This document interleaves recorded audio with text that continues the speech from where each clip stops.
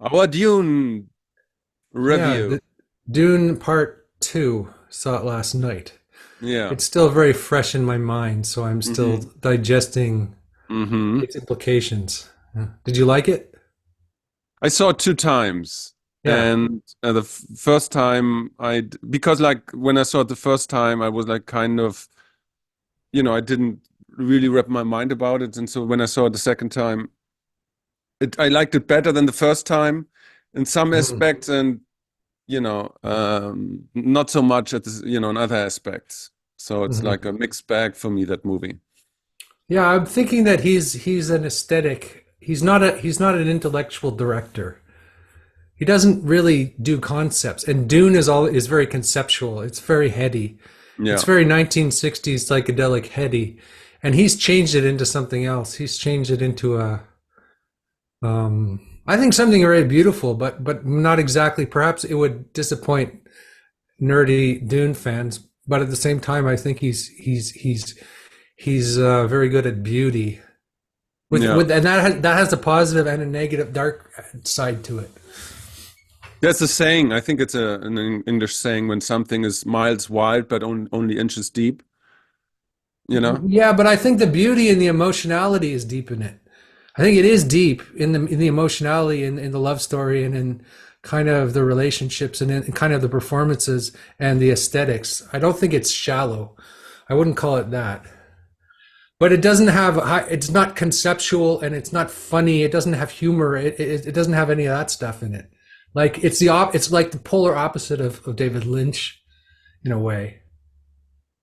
Well, I think it's shallow because it misses, the major themes of the book, So the spiritual journey.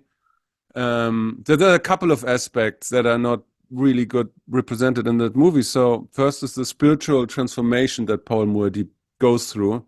I mean, Mhm. when he drinks the water of life, that's a really deep, profound aspect in the book, and so is his transformation. Then there's this aspect that he's basically an aristocrat who is like kind of trained his whole life for that role. And he's not this poster boy. And so there's like this aspect that is completely missing. And what is mostly missing is that it's a critique of patriarchy and the hero myth, because he becomes the emperor who kills billions of people.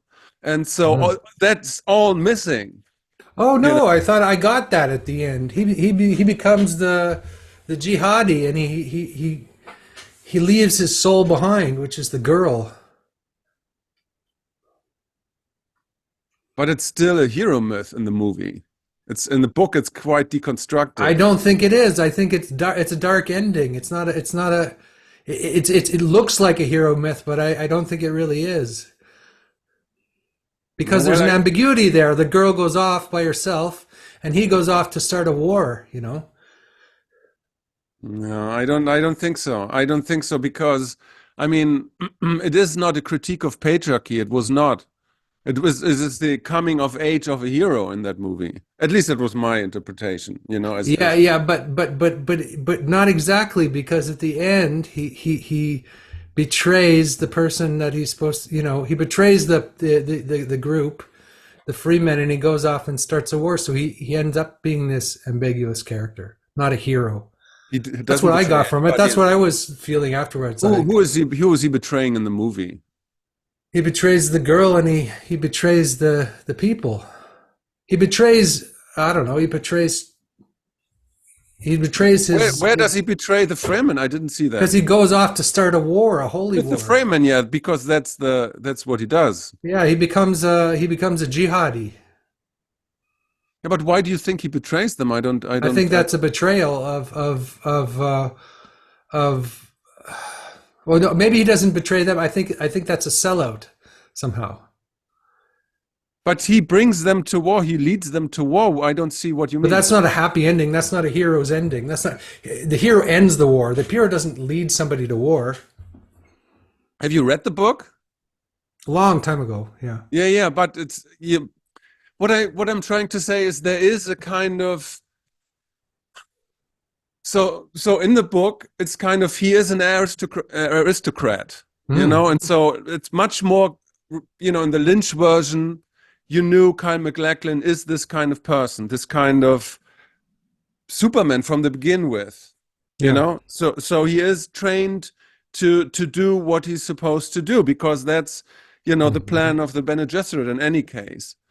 And he's not this kind of wimpy boy, that comes into manhood basically Mhm. through like a weird ritual. So it's like in the book, there's like 3 years where he learns the way of the Fremen, where his sister Alia is born, and Mhm. so on and so Yeah, forth. yeah. And so it's like that part is completely missing. And so there's a whole underbelly of his struggle with his role in the book, also like kind of in the Lynch movie, that is completely omitted um, in that movie, and then it was kind of a critique of this whole imperialist white savior myth, basically, Mhm. and Mhm. this so at least in the book, as far as I remember, and Yeah. so But I thought I and thought that that was present in what I'm saying is I thought that was present in the movie, but very subtle.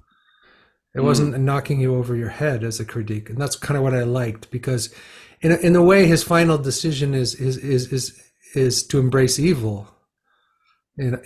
So he seems like this good boy, and it seems like he's moving into this, into this leadership role, which he does. But the leadership role turns out to be again the fulfillment of this dream that he has that millions of people will die. So you're not supposed to be clapping and thinking, "Great, he's."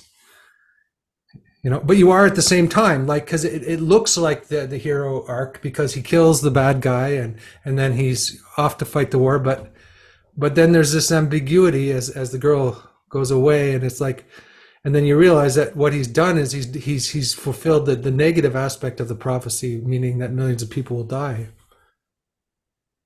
That's yeah, how I but you felt don't. about it. Yeah, but you don't. What I mean, I think I'm talking more about tone, because Mm-hmm. you know that what I mean is, that George Lucas basically, because the book was unfilmable in the 70s, Yeah, and so George Lucas took the book and made Star Wars out of this. yeah, So because Paul Muad'Dib is Anakin, is Darth Vader. That's yes, the idea. So you have the yeah. Sardaukar, you have like all the elements are in Star Wars. It's just with a little bit of a tilt. He And kills the so, father. Yeah, but if you look at the tone of Star Wars, I mean, that's Anakin is the bad guy, and that's permeated, through the whole trilogies in a kind of way. And of so you course. don't get the and you don't have that kind of tone in Dune. But That's didn't you feel the ending wasn't triumphalist? It was more ambiguous. talking more about the tone now, the general tone of how Paul is presented in the Yeah. movie. And that's not it's not the story of Anakin or the story of a bad guy. Yeah, I got it. Oh, he's definitely not a bad guy. Yeah. I mean the main character. What's his name again? The hero of Dune, or the Paul Moody, Paul Atreides. Mm. yeah, he's not portrayed as a bad guy, but are you getting what I'm saying? It looks like a hero myth, but then there's this ambiguity at the end, which I liked. That's all. Right, That's all I'm saying. right. It's not like a triumphalist hero myth. It's not like a superhero movie, right? Which is where the bad guy is vanquished. Yes, the Yeah, bad guy is vanquished. Yes, the warrior is vanquished. But he's off to go on a war and kill millions of people, and he's made a trade-off of what is good. He's become a sort of less than good person, right? He's yeah, become not the hero. He's become less than what he was, yeah, right? That's all yeah. I'm I saying. mean, Like the, yeah, the yeah, the yeah. the hero becomes more than what he is, right? And he becomes a hero to where he at the end he becomes less in a way. He does enter he goes to war against the emperor, but he becomes less. I guess it's yeah. I guess that's what I'm trying to say. Yeah. At least maybe it's up for interpretation. I rewatched also the first part, and I liked the first part way better. It was You like, did. How come? no, I don't think so. I think because um the pacing, the scenes, the dramatization, the whole thing is way more memorable for me than the second movie, the second part. I don't know. It's like it Hmm. didn't jive with me that well. It looked gorgeous. It looked like, okay, that's what Hollywood is able to do. Yeah. It's like it looked amazing, and I love Denis Villeneuve, but um, somehow there was something missing. And the strange thing is, I always have a sweet spot for the Lynch version, but everybody was like always shitting about the Lynch version from Mhm. '84, whenever it was. But now with that version coming out, there's kind of this reevaluation of that Lynch movie, because there's some things that just work better, because it's like it's from this weird mind of David Lynch, and he has all these internal dialogues that are in this book, and there are like some scenes that just work better in a kind of sense. And although, I mean, it's like 40 years apart, of course, the movie now Mhm. looks better. But it's like it's just so weird, and so much more emotional gripping what Lynch did with Yeah. that movie. It's like because it's a weird book, and you need a weird guy, a weird artist to make something out of it. That's my feeling Yeah, that's generally. good. I think the best one would have been Jodorowsky if Jodorowsky had done it, because Lynch is a sacred cow in the film world, and I'm gonna push back. You're gonna disagree, but I kind of hate him. I kind of think he's overrated. I think he's brilliant, but I think there's something profoundly like uh, malevolent about his filmmaking in a way. So anyway, I know everybody loves him, and he's like respected, and Blue Velvet and all that, but I never loved him. I never loved him the way I loved like Werner Herzog or Kurosawa, or the other great directors, because I sort of think he's a damaged soul, and maybe Herbert was a bit of a damaged soul as well, and they kind of jive together better. Maybe the two of them are sort of like more in the same universe than Villeneuve, who is more of a classicist, in his way of presenting cinema. Like this is a classicist kind of version of Dune, whereas Herbert was kind of a psychedelic guy with a kind of he was a wild, bizarre genius, a bit like Lynch. But I'm not fond of Lynch, and I'm a little bit more fond of Herbert. But again, um, Yeah, but I mean, everybody's entitled to their opinion. I love Lynch because these movies just stay with me long, long, long after I watched them, because they do something to my mind. It's like, because he's never really concrete with. They are always like a little bit occult, because and that's where I think you're right. It's Herbert had was a disciple of a cult tradition, and I think he had some connections to the Golden Dawn and to Crowley, mhm. and so when I remember reading this book, all this kind of symbolism, especially when Paul drinks the water of life, that's occult symbolism, Oh and yeah. what Lynch did in his version, tried to bring that somewhat into life. And I that don't is remember something. what happened. What was the difference like And when he drank just the let water of me life? just let me finish. So and what Villeneuve can't do that. Villeneuve is like a technocrat or something. He's very efficient and very good at staging scenes and everything, but he has no interiority. I don't know who Paul Moordeep is in his version, except of a nice looking Timothy Chalamet. And that's super Mhm. weird, because after 5 hours, you should know who somebody is. I knew who Gurney Halleck is. I know who all the other guys were, but I have no clue about the subjectivity of Timothy's Paul Moordeep, which is weird. But if I you look at, disagree. I disagree there. I but really I'm do. just talking about my perception, Andrew. Yeah, yeah, I So know. I know. so when I had the Lynch version, there was like this kind of thing where I knew exactly who Paul Moordeep is, from the first Mhm. scene, because there was interiority, there was subjectivity, and there was what you said, this kind of linking up between Herbert and Lynch because of their inherent weirdness.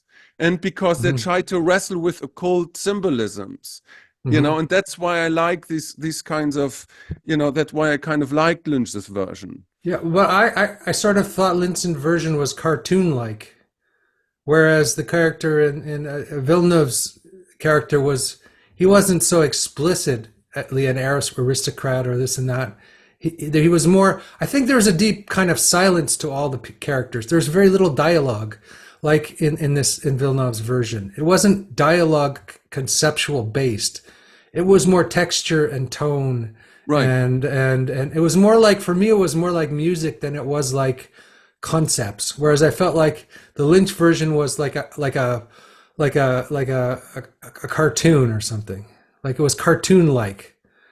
So I would almost say that the characters were a bit ridiculous and kind of absurd and kind of like Alice in Wonderland cartoon like, but which is interesting. I'm not criticizing that. I'm just saying it was. But whereas this classical style that Villeneuve has is sort of emotional textures. Like you don't really know who he is, but you're kind of finding out still, and he's young, right?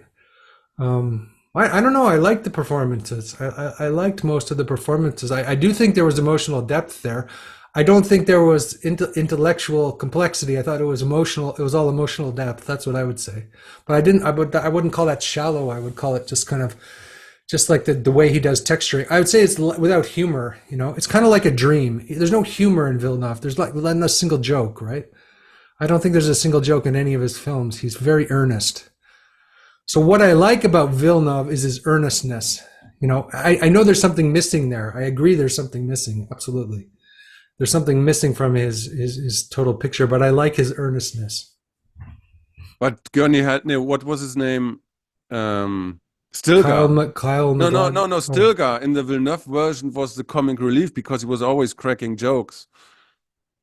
who is that? Stilgar. Stilgar, Yeah. No, there something like was that. some comedy there. That's right. Well, he was just sort of a silly person, right? But it wasn't funny. It wasn't. Maybe, maybe I'm wrong. No, I mean, it's like, this is interesting because this conversation kind of reflects culture's, conversation about these two movies. And I'm fairly on the side of that. I think if I compare the scenes, like specific scenes, like the Gom Jabbar scene from Paul Moordeep, and the Bene Mhm. Gesserit, just at the beginning of the movies, and so I just compare them, and I think there's way more emotional depth to the Lynch version there because of framing, because of internal dialogue, because I'm always like kind of disconnected from what is internally supposed to be internally happening in the Mhm. Villeneuve version. And it's like there's so many things where I just think, yeah, sure, Villeneuve looks better because after 40 years of technical advance, it should look better. But it grabs me way more emotional what's happening in the Lynch version. Although I know it looks, and you're right, it Yeah, looks yeah, a little bit more silly, you know. Um, but it is because it's in this dreamscape yeah. kind of world. Well, I don't. Lynch's films are always intensely disturbing. Like they do stay with you, but they always have to really disturb you on some level. They have to be upsetting. They have to be disgusting and upsetting and painful, on a very profound level. I guess that's art. I mean, on some level. So I agree that he's a far greater filmmaker, probably, in the long run. It's just when I see it, I feel raped when I see a Lynch Yes, film. I feel like yes, I've been violated. yeah, I completely agree. Whereas I don't feel that. I feel like with Villeneuve, I feel like he gives me some space and meditation, and I don't have to take it so seriously. But it's not probably is not as great art for sure. No, But it looked I'm completely agree. For me, it looked the Dune 2 and Dune 1. They look like shiny cars. The best BMW or Mercedes or Porsche can produce. Everything looks yeah, fantastic. yeah, And then you have this weird scene in the Lynch version of Baron Harkonnen where he rips out the heart plug of one of the slaves, and you think, oh no, this is an image that will never go out of my mind. Yeah. You Yeah. know, there's this rapey kind of thing, and it's scattered all over the Lynch version. And maybe I'm more masochistic in this kind of way that I choose to engage with Lynch, because I Hmm. want that in a kind of way. I want the weirdness. I want that thing. Yeah, got it. Yeah, yeah, yeah, yeah. I understand, but I guess it goes to the nature of cinema, right? And what it is. And I think, often like often these films are, yeah, or I don't know how to say it, but well, I guess they they they might be irresponsible in terms of what the director is doing, to the public. Yeah, incidentally, are you familiar with the works of Nicolas Winding Refn? No. So he made like Drive and so Oh, right. yesterday Yeah, and I saw so that. yesterday I watched Only God Forgives. And that's a movie that it's an insanely good movie, but it's completely Lynchian in a kind of way. There's so barely dialogue and just this moody kind of things. It's super brutal, and Yeah. yeah, but it's gorgeous. And it was like kind of, Refn was like kind of super super in everybody's mind with Drive, and then he made that movie, and everybody was kind of on the fence about this. But the point I'm trying to make, is an absolutely kind of Lynchian movie, and and then they made True Detective, the first season, which was Hmm. like kind of not an adaptation, but they took that tone and made something shiny about it. And that's why that first season, that moody season, I don't know if you've seen it, Yeah, I've seen so it. Yeah. Hmm. so works so well. But it is like, and you could see the transition and the copying of what Refn did and made something shiny and good about it. And I have the same feeling kind of with Lynch and Villeneuve, because I have the feeling that, you know, Villeneuve took so much of the design and of the mood kind of from Lynch, but made it like nice and shiny. You know what I From mean? Lynch, do you think he took? I didn't. I don't. I'm not sure. Yeah. You think he took stuff from Lynch? Yeah. I guess he took the form, or did he take it from Herbert?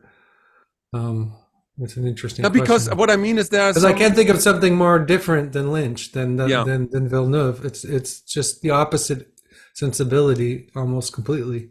yes. But if you, for example, compare the scenes, and you can watch it on YouTube. If you compare the scenes when the Harkonnen attack in the first part, um, Arrakeen, right? And so Mm. they destroy the ships, and Gurney Halleck is running with his guys out of the open field, and so sure, there's a base for that because it's in the book, but there's creative choices how to frame it, when to use what kind of musical cues, and camera staging and everything, and it looks the same. Sure, again, the Okay. Of course, technology, he probably studied it really deeply. When he was making the movie. Yeah.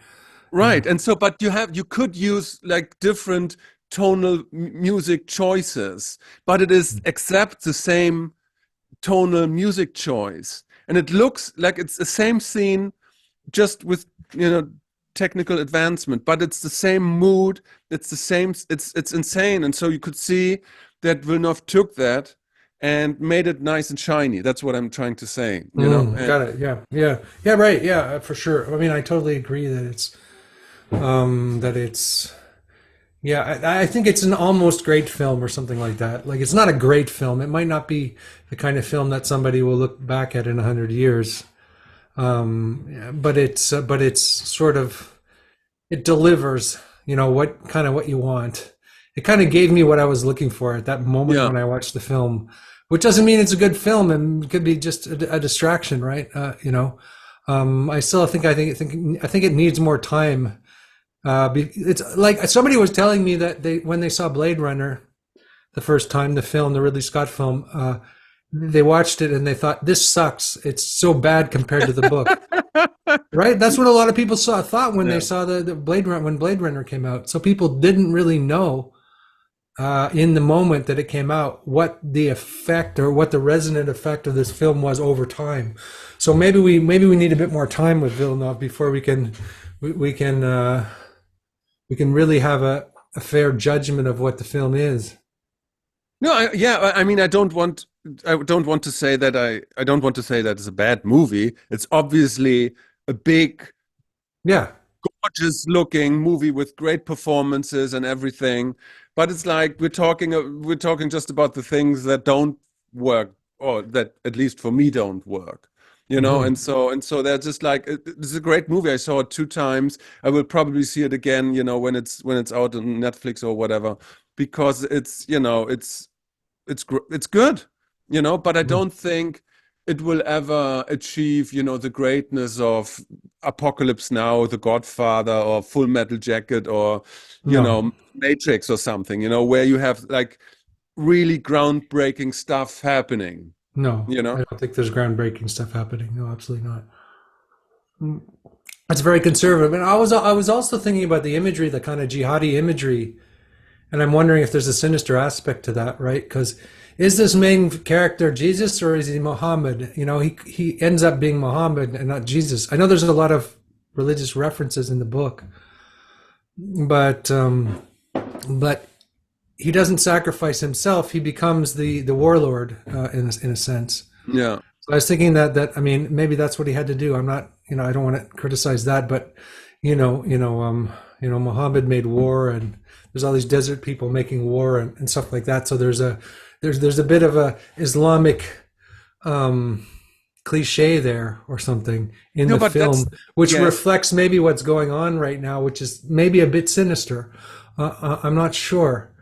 Um, It's interesting that you addressed that, because I was thinking about where's the backlash, yeah, because but it's on that, yeah, that debate is there since the book was published, because, you know, from the moment it was published, like when was it, 68, 69 or whatever, that there was like always the, you know, discussion, are the Fremen Islamic fundamentalists? yeah, That right. was always the case, and the book is very particular with the choice of, you know, it's called the jihad, it's called the diaspora. It's like there's always, you know, it's like, okay, what is the spice in the desert? Well, that's oil. Oil, Hey, yeah, yeah, yeah. Obviously, so yeah. and hmm so it's our dependency. We are the, you know, the Western kind of thing is the imperium that is dependent on the oil, and that's what I mean. And in the book, it's like, okay, so that's a critique of our Western dependency on oil and our way how to create fundamentalists. And so this kind of um, backdrop and this kind of context is completely omitted from the movie. And that's what I mean. It's like it's a critique of the Western model, basically, and that it was from the beginning. You know, when the book hmm was published. Yeah, well, I imagine that they had to be very careful with all that stuff, you know, because the film would could be used for propaganda for certain purposes, you know, because so they probably thought very carefully about, you know, about how to represent that in Yeah, some way. yeah. But which because it's such a sensitive kind of area. But I'm wondering, like, even what's the unconscious, like, because that was when the book came out in the 60s and 70s, and we had one kind of relationship with the Islamic world. And so what does this say about our relationship with the Islamic world now? Are we Right. are we more closer to embracing them, or thinking they're good, and and like that they're I should say they, but which is again. So I was wondering about that. I'm wondering about Nietzsche's end of, you know, the last man, you know, so where we can't have critique anymore, where we can't, you know, because you mentioned Blade Runner, the first one, and Mhm. Blade Runner was so on the edge of, you know, what was considered, you know, normal cinema in a kind of way. It did ask questions about our future, about the human condition, and, you know, these scenes live in eternity in the collective mind now, you know, when the android, you know, is dying at the end, and it's like, oh, I see everything, and all these memories like tears in the rain, and it's just Mhm. amazing. It Yeah, says yeah. something And the about music too, and and the whole thing. Yeah, yeah. but Dune from Villeneuve doesn't ask questions, nor does it dare to ask, or does it make a statement Yeah. about our relation. And that says something about just pure kind of Steven Spielberg escapism. It's just don't ask. Just it's like Indiana Jones. It's like, but the book is full of questions about spirituality, about human design, about everything. It's like these are tough questions to ask, and I have the feeling that Villeneuve doesn't ask any of those Well, I questions. don't. I would push back a little bit about that. I think he's moving that into the visual realm rather than the conceptual realm. He doesn't ask it in a direct way, and that is probably reflective of the time. But I almost I like the fact that he doesn't he's not explicit about these things. It could be escapism, but I no, but I do think there's a deep sort of meditative quality to the film as well. I don't think it's just pure escapism, he doesn't over like Spielberg overdoes everything in sentimentality, right? Right. And that's where his escapism. This was not so. It was emotional, but not sentimental. So I like that about the film. I like the fact that he doesn't do emotion over emotionality. It's deeply emotional, but it's not explicitly emotional like that. Like some of it is understated, Yeah. which means it's under. He doesn't any. Of course, everything is understated. That's the political message. And that's kind of that's not that's an interesting thing. Rather that, and maybe it is to do with the times we're living in where everybody's so fucking afraid of everything all the time that they're afraid to make a direct statement about how they feel or think, and maybe it's Yeah. the indirectness of the film, which is kind of interesting.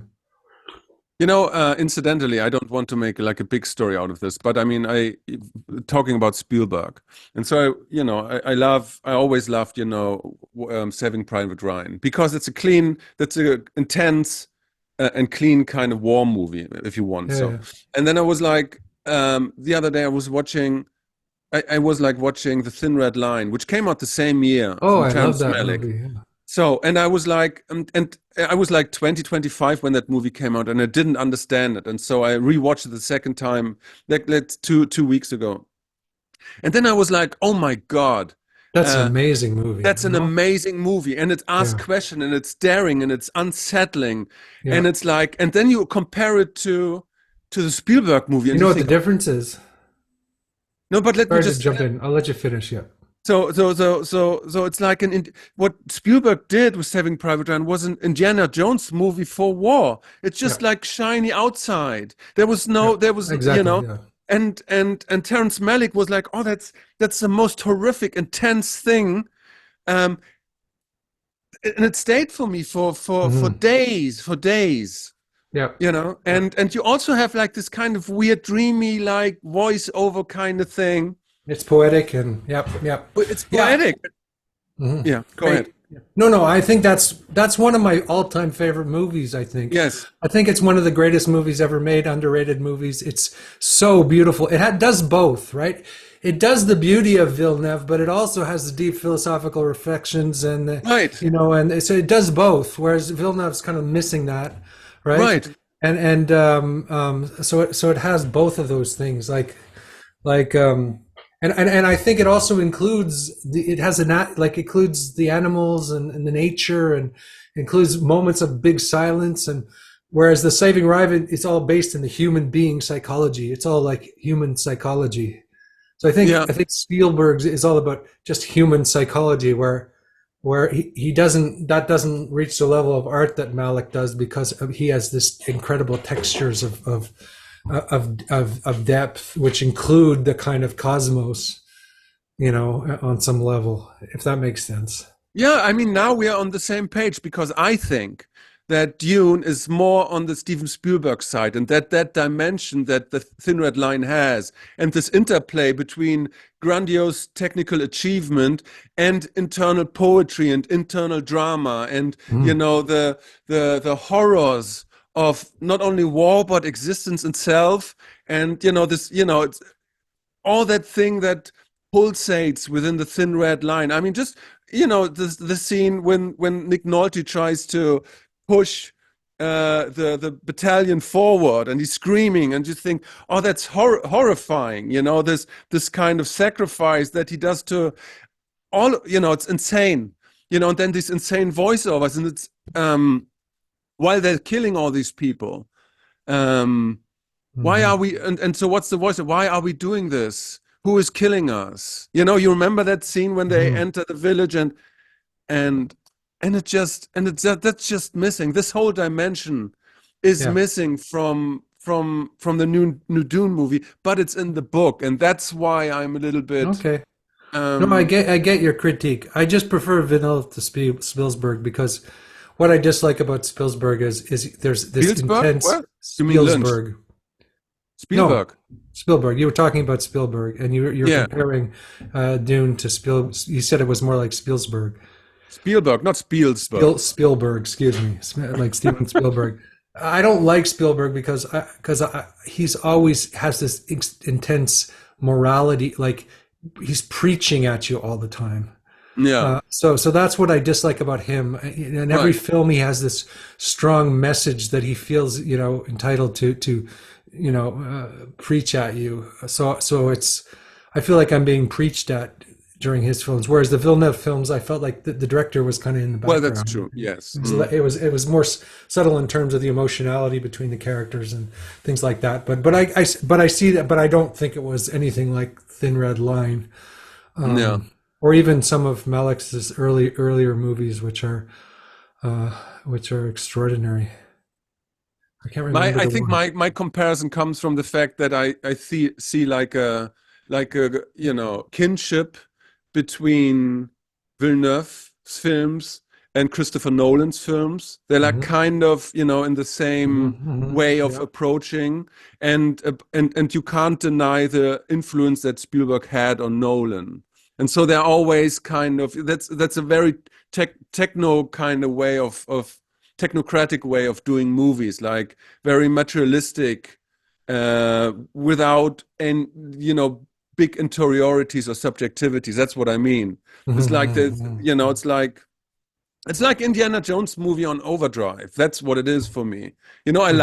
I like those movies. I very much. I like Nolan's movies, but they're like not like again. I don't feel they have like this dreamscape dreamscapes of Malick or Lynch Hmm. or Nicolas Winding Refn, and I don't Yeah, know. it's It's it's another level.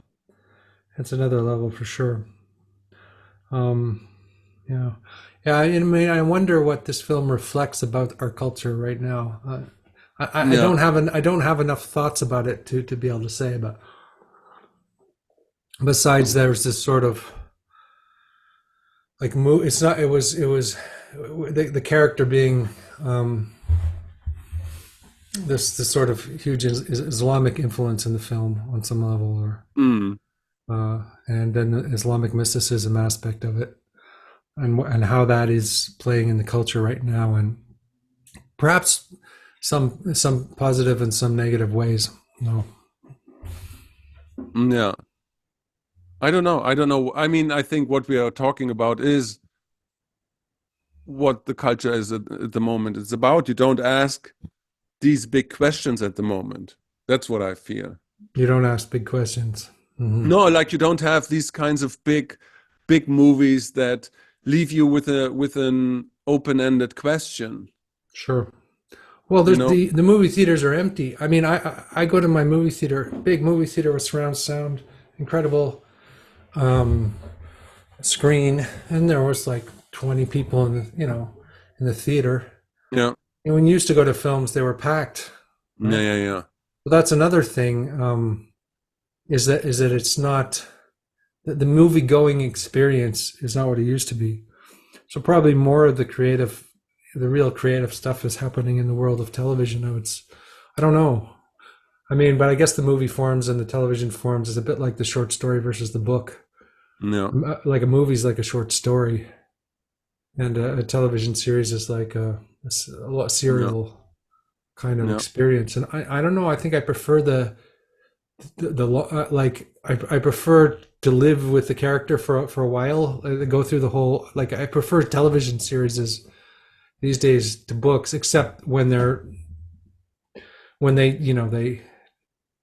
they make a lot of things cheap, like they try to keep you addicted to the yeah, next scene. But I think if probably the future will be longer things. Even the Dune movie was divided into two, so you could see that it was sort of a longer expression than a normal movie. Like you could have watched it in one go. yeah, And originally, Jodorowsky was going to make a 10-hour long yeah, yeah, yeah. I movie know. Mm. called Dune. Have you seen that film about him making Dune? Yeah, sure. Mm. Yeah, where he tried to get Salvador Dali to play in it, and Yeah, and Mick Salvador Jagger. Dali Yes. Yeah, yeah, yeah. was charging millions of dollars, so he had Salvador Dali for 30 seconds in the film. Was going to have a Pink Floyd soundtrack. It's like the greatest thing that was never done. Mm. Yeah, I don't know. I don't know, Andrew. It's like I feel like it's always unfair to compare movie to Apocalypse Now. But I mean, it's just that was just a different way of doing cinema back then. You know, you still watch it now and it leaves you completely unsettled, you know, Mhm. about the human condition. And I feel like it's like I always hope to find still movies that kind of stir something up within me. Mhm. Um, and because it's like you don't just want like a beautiful girl, you know, you want a beautiful girl that, you know, stirs something up in your soul, you know, You want because you the want a beauty is beautiful just and psychotic girl in your case. yeah, yeah, yeah, yeah, yeah. I love toxic girls because of this, you know.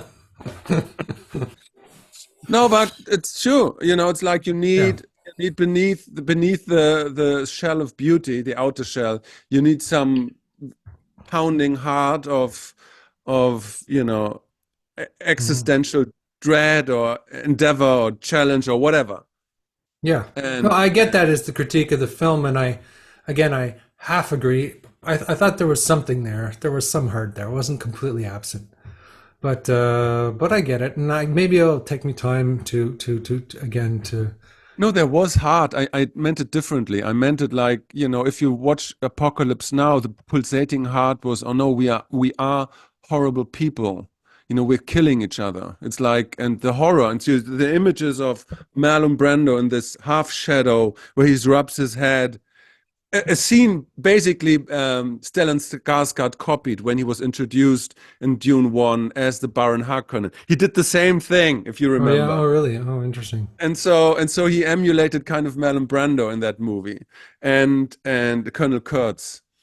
Yeah. And Well, I think we're in a low ebb of creativity, so people are just referencing stuff all yeah, the yeah, time. yeah. So that's maybe the problem. They're and they're more or less subtle versions of that referencing. So maybe Villeneuve is not an auteur. He's not an original, perhaps. I'm not sure. Maybe he is, but he's not an. But if he needs to reference everything in his films, then maybe he's just a craftsman. He's not an auteur. Yeah, Maybe we can conclude that because there's lots of craftsmen. There are lots of people that can make beautiful stuff, yeah, yeah, yeah. but there's not. But somebody who can create something, um, you know, like Yeah, who you can know create a new a, language? a new Yes. language, a new novel, Yeah. interesting language, like that American architect. I was thinking, is it Lloyd who created the Frank sort of Lloyd the Wright, yes. Hmm. Frank Lloyd Wright or something, who just creates a whole new language of architecture that nobody has ever seen before. Yeah. That's a rare thing. Whereas there's a lot of brilliant craftsmen out there, and I sense that that's what Villeneuve is. He's a master craftsman, Yeah. I but see he's that. not an auteur. I agree. Yes.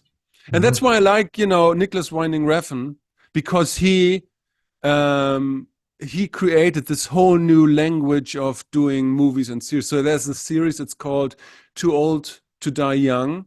That's a Oh, six-part series. Oh, that have you seen that? It's yes, I have. That's amazing. horrific. Yeah, That's it's amazing. yeah, yeah. It's amazing. It's because you don't have to like it, but you have to acknowledge that that's a new kind of language, a new kind of way of approaching a subject, you know? Mhm. And And hmm? then is he impacting the culture? Is he doing Yeah, he films? did the thing, Only God Forgives, which created that mood and the setting that kind of was copied later by True Detective and all these So he things. didn't do True Detective. He No, just no, no, no, created no. those. But it's like I see. Got it. so he created a language and others started to reference it. Hmm. He's the Nicolas Winding Refn is the auteur, and Yeah, so yeah. I think that's the difference here. That's what we're talking about here. It's yeah, like yeah, Terrence Malick is an auteur, obviously, and David Lynch, whether you like him or not, is an auteur. And these are people who create a whole world, a language. A great musician or something, or a painter. They're absolutely unmistakable in what they're doing. It's them as soon as you see it, right? Almost always. yeah, And then the second level down are just the brilliant people who are not quite there, like Villeneuve, who make beautiful, great films. But are they contributing something new to the language of yeah, cinema? yeah, Probably not. It could be, and maybe in time that they will become classics. But it doesn't seem that way to me now. yeah. That's weird. There was some other guy I had in mind, who does this new stuff, but I forgot his name now. But yeah, yeah, I think that's the issue, or that's the point. Yeah, it's I like nobody could ever play guitar like Jimi Hendrix again. He played with his left hand. It wasn't that he was faster or better, or there was just something unique about how he did it. yeah, And there's lots of people who play fast and can technically do anything that he could do. He wasn't even literate, in music. yeah, But so that's one of innumerable examples we could use. It mhm, isn't even a question of, I think, sophistication. I think it's just a question of there's some kind of bizarre uniqueness to an auteur. They could be very lowbrow, you know, like Charles Bukowski. They don't have to be. I mean, it's the same thing in philosophy and all the discourse that we always have. The people, to be like a truly original thinker, to create something entirely new and to create a new language or a new way of perceiving the world or describing the world. It's just so difficult. It's so seldom that happens, Mhm. and when that happens, these people have enormous influence, and you see it like the discourse. You can say, you know, without being like too specific, but I mean, these people just completely inhabit the space and dictate how the future discourse will be in tone and Mhm. argument. And that's the same in music. We talked a lot about this in music. The first one who's there, this is the one who dominates and structures the discourse and the space, like Yeah, the Beatles or whatever. Mm. yeah. It's just something is revealed that wasn't there before, Right. and then it becomes sort of it's always been there. Yeah, yeah, yeah, yeah. There's a sense of Mm. it's sort of it's almost it has an eternal sense to it, but we don't really realize that it wasn't there, before. Right. So creativity brings something, like creativity is divine in that sense. It just brings something new, some new plant, some new creature, some new, world. Yeah. Yeah, like Miles. I didn't. There's so many people. I was thinking of Miles Davis, and uh, Yeah, yeah, exactly. Mm. just a complete freak of nature. This person, Yeah. you know, Do we have some more things to say about Dune? Dune. Um, Yeah, I don't know. Is there anything? No, I think I don't have any much more to say about Dune. Again, I'm being convinced by your argument that it's a bit of a pretty face, on some level. But I do admit to being blinded by pretty faces at times, No, me too. and Yeah. I act, and I eat it up, and then after I'm like, hmm. And so there's also like how it lives with you afterwards. I think that's a very interesting thing. Um, so I'm okay with the film. I'm a little worried about its message. Even if you have to have a message, it's like I'm a little worried about the ending of it. Yeah. And that if that I'm worried not because of the film or anything to do with the film, that is the way the world is kind of going, like a regression towards imperial war, things like that. Yeah.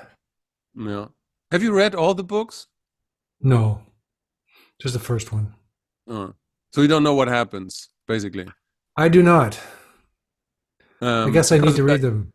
yeah, it's amazing books, really. It's like takes place within a time period of 10,000 years.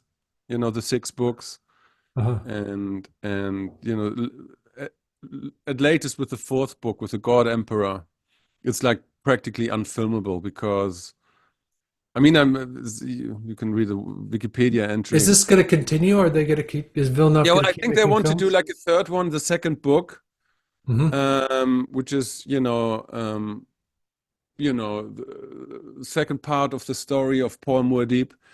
Then Children of Dune about his two children, and one of his children, Leto, Hmm. named after his father, he becomes the God Emperor, and he becomes like he fuses with the worm, so he's like half man, half worm kind of thing, and he rules for 5,000 years because he wants to remedy the eternal jihad, from his father through complete dictatorship and suppression of everything in the universe, and he does so for 5,000 years. So then, people can go out in the universe and yeah, and then Wow. and in the end, he self-sacrifices and explodes into thousands and thousands of Like the Egyptian so god Marduk.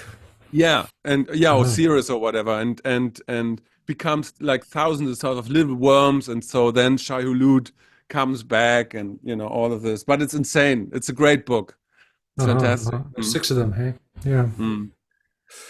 Yeah, Hmm. Okay. yeah.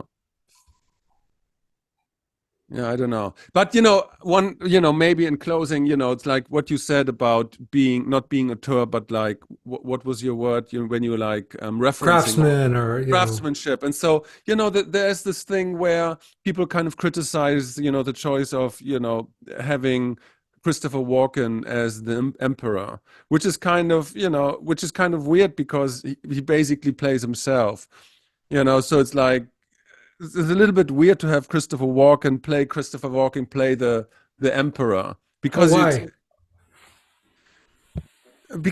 he didn't change his role. He was like doing his obvious shtick all the time, Okay. and and so he was basically referencing himself, and I feel like that was the movie, just references onto references onto references.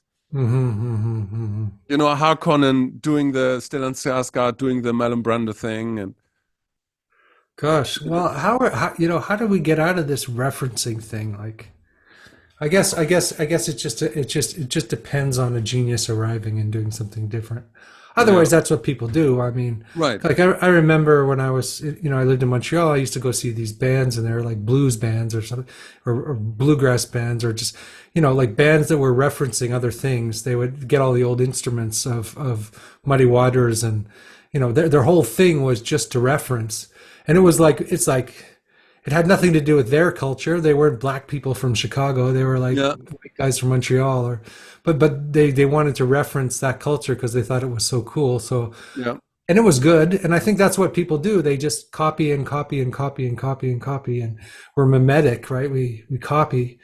until we are exhausted of that, and then something new emerges. Right. So I think we're in a low ebb of culture right now for sure, where everybody's just copying everything. Plus, because we're, as Marshall McLuhan said, we're numb Yeah. because we're overstimulated by everything, and so we're completely numb. So we don't have the space to make our own, to find this, to have some other new thing emerge. But it will. It's just a question of the exhaustion with referencing. I mean, the point, I think the point here is that there's this whole cultural theory about, that emerges when we start to reference things consciously as a method of cultural production, because you can make the Mm-hmm. argument, like in modern or pre-modern times, people were doing like mimetic copying, but more like subconsciously.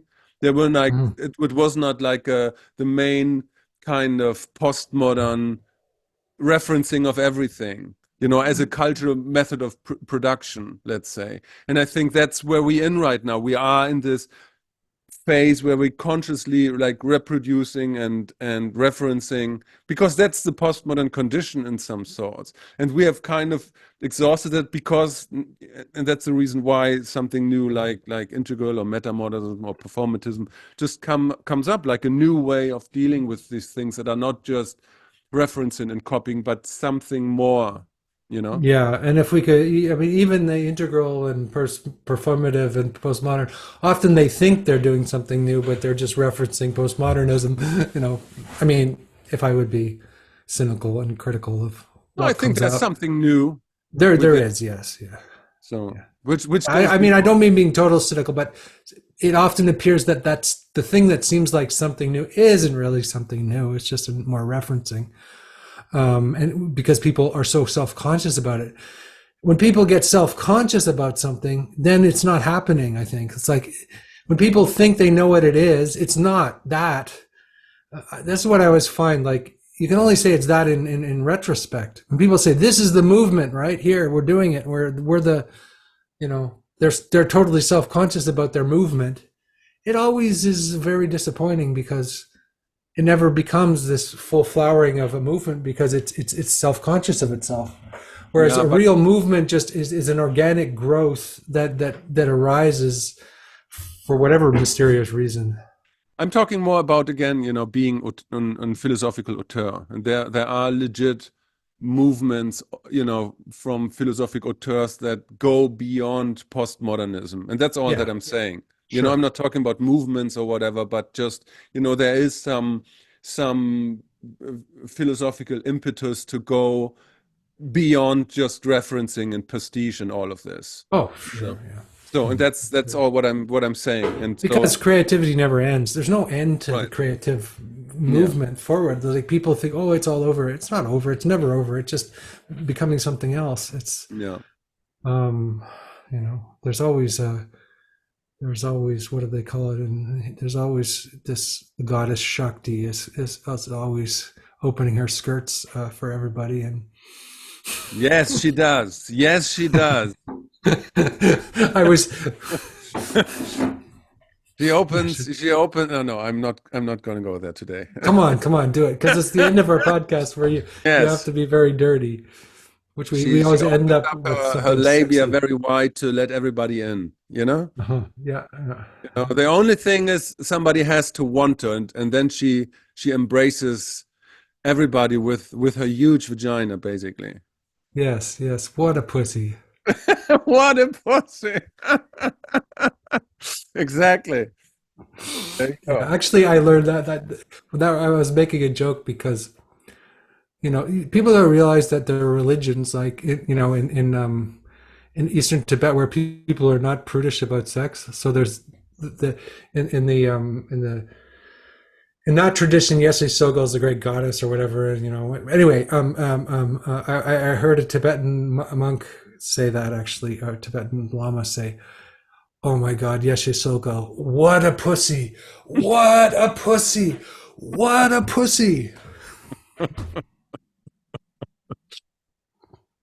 Great, So, Andrew. so, so I like that kind of religion. Sure.